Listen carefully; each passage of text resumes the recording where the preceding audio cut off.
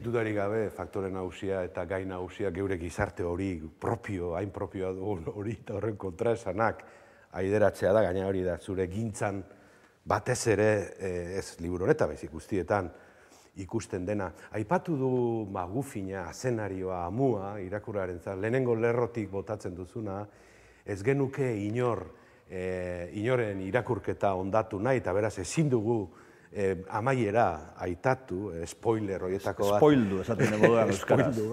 Hau da, asasinoa, maiordomoa dela ez du esango hemen, baina iruditzen zaizu, alturan dagoela amaiera hasierarekin.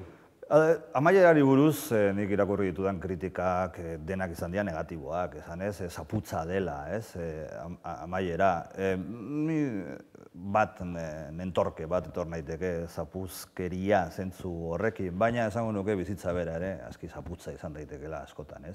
Alegia egin ezakeela bestelako ipuin bat, baina ez dut egin nahi izan ipuinik. Orduan, iruditzen zait, egin dudana ez dela ipuin bat, ez. Badagoela nola egiteko bukaera, fantasioso bat edo, baina eraberean ikusten naiz, zuk esan zuen moduan ekainan argitatu baitzen, ikusten naiz egunotan eta gertatzen adiren gauzak eta oso bat datu zela, hor bukaera hortan, ez, zipristinduta dauden osagaiekin, eta osagaiak aipatzen ditu danean, Katalunia izan liteke bat, edo armak entregatzea, edo eta beste batzuk, buratzen zezkidan beste batzuk, iruditzen zait, hor denak bukaera hortan badaudela. Paco Aristik novela bikaina idatzi zuen, ez dakit nun, irakurri diot behintzat, baina gainerakoan kritikak ez dira oso aldekoak izan dakidala. Mina eragiten dizu horrek, autokarabana goralduarekin alderatuta? Mina nola ez nuen nahiko kritikak onak izatea, ez? Baina mina gian gehiagizko hitza da. Ze, irakurri ditudan kritiketan denetarik egon da, ez? Fondoa kritikatu duenik, zein forma kritikatu duenik, denetarik, ez? Horren, formari dagokionez, ez dakit, nire idazkeraren zabarkeria adibidez, ez? Gorai aipatzen denean, edo azala ertzen denean, nik garbi daukat nola nahi dudan idatzi, ze nolako erregistroa interesatzen zaidan, ez? Eta gaina arrazoi askorengatik, baita arrazoi soziolinguistikoengatik, ez? Eta gainera garbi daukat nondik natorren zein den nire belaunaldia, segurenik historian izan den belaunaldirik eta erdaldunena, ez? Gure aurrekoak baina euskaldunagoak ziren eta gure ondorengoak baita ere. Orduan, horri nik egin ezake, idatzen ezake beste modu manieriztago baten, ez dut uste erabat eskura ezina izango litzaidakenik, baina ez egit interesatzen. Interesatzen zait, hemen eta orain idaztea dauzkadan tresnekin, ez? Era berean, saiatuz, mezu, esan dezagun, konplexuak edo gizartearen konplexutasuna agertzen, baina beti ere, hizkuntza eredu simplista horren bitartez, ez? Ordan, bi indar horien artean zor daitekeen talka, ez, batzuk identifikatze dute zabarkeriarekin, ongi etorria, ez daukanik inongo arazorik alde horretatik, baina iruditzen zait hori dela nire bidea, esan dezadan, ez?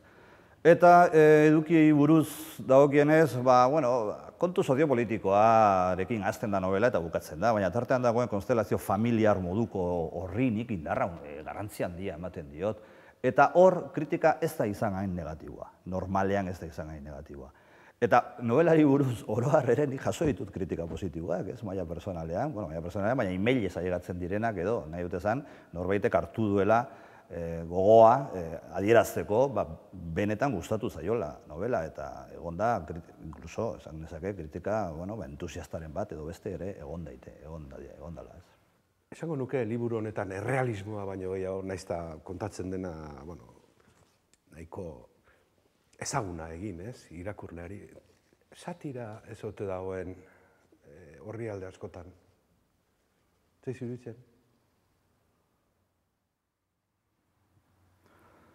Bai, ez nago seguro satira ote dagoen. Eta satira baldin badago, muturreko errealismotik letorke satira hori, ez? Paradogikoa da esaten gari naizena, baina, ez? Naturaltasuna edo, ez? Naturalismo bat, nolabaiteko naturalismo bat jorratzen duzunean, orduan pentsa zenezake satirizatzen ari zarela. Hain zuzen, egiazkotasunaren bila jo duzulako.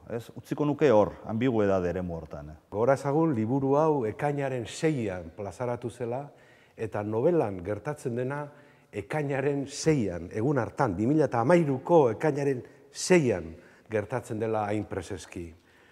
Ikusten da hor jolaserako gogo bat, edo liburuari laguntzeko gogo bat, beste elemento batzuekin, baina komertzialki ekarri aldu horrek dardararik edo eraginik? Tekit, agian bai, ez? Zango nuke baietz. Toki guztietan, egon ginen, egun hartan eta ondorengo egunetan, beraz, marketing amuak funtzionatu zuen, ez?